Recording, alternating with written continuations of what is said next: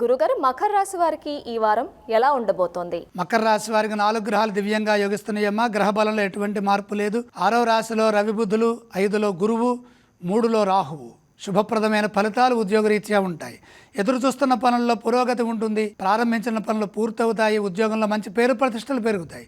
ఆశాజనకమైన భవిష్యత్తు ఉంటుంది. ఆశయాలు ఒక్కొక్కటిగా నెరవేరుతాయి. అద్భుతమైన ప్రతిభను కనబరుస్తారు. వినమ్రపూర్వక భక్తి ప్రపత్తులతో పనిచేసి సత్ఫలితాలను సాధించడం ద్వారా అసమాన ప్రతిభతో సర్వోత్కృష్టమైన ఫలితాలు సిద్ధిస్తాయి. వ్యాపారంలో బాగా కలిసి వస్తుంది. విశేష ధన లాభాలు ఉంటాయి. మీ కృషిని బట్టి మీరు ఫలితాలను పొందే అవకాశం ఉంది. లక్ష్యం త్వరగా సిద్ధిస్తుంది.